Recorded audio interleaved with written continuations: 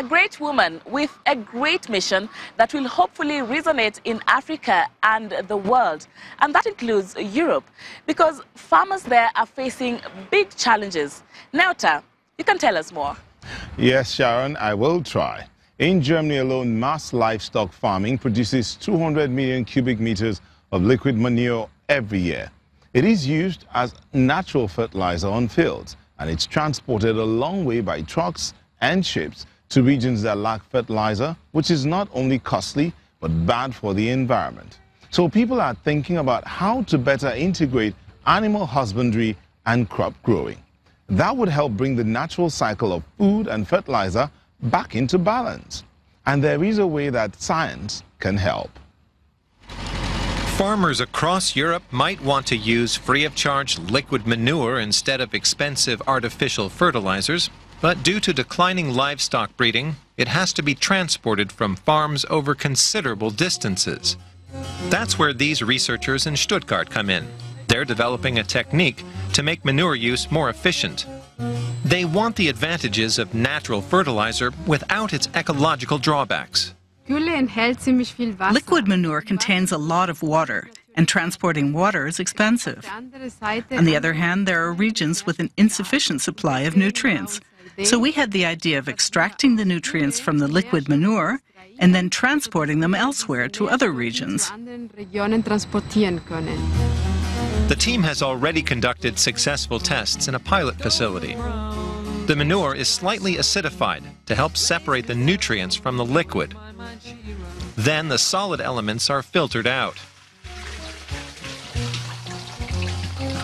First, the valuable phosphorus is extracted in the form of a phosphate salt.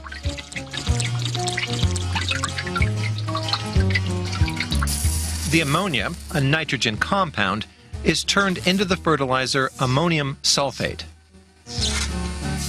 Just how the method works is, of course, a trade secret. The end products are a clear liquid and an odorless powder. We've managed to obtain products from the liquid manure. This is ammonium sulfate, which is a nitrogen fertilizer. We also have phosphate salts, and we can also granulate these minerals to make them easier to apply on fields. It's convenient for the farmers. But what about the quality of the recycled fertilizer? It's a question answered by a team at the University of Hohenheim.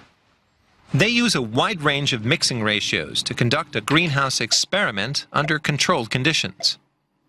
We applied the phosphate fertilizer from the manure to a variety of plants, in this case ryegrass. We compared the effect with conventional phosphate fertilizer. As a reference, we used a control pot with no fertilizer.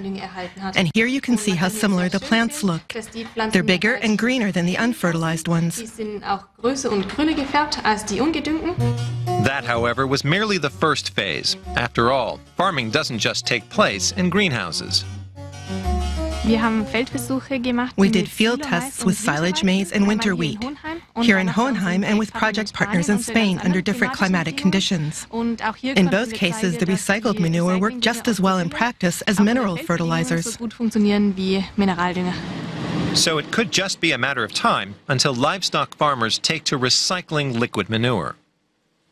The method is not yet profitable in terms of the product. But bearing in mind how much money farmers spend on disposing of liquid manure, it is an investment that will pay off. All parties stand to benefit. Lower costs, less foul-smelling slurry on the fields, and fewer nitrates and other harmful substances in the soil and groundwater.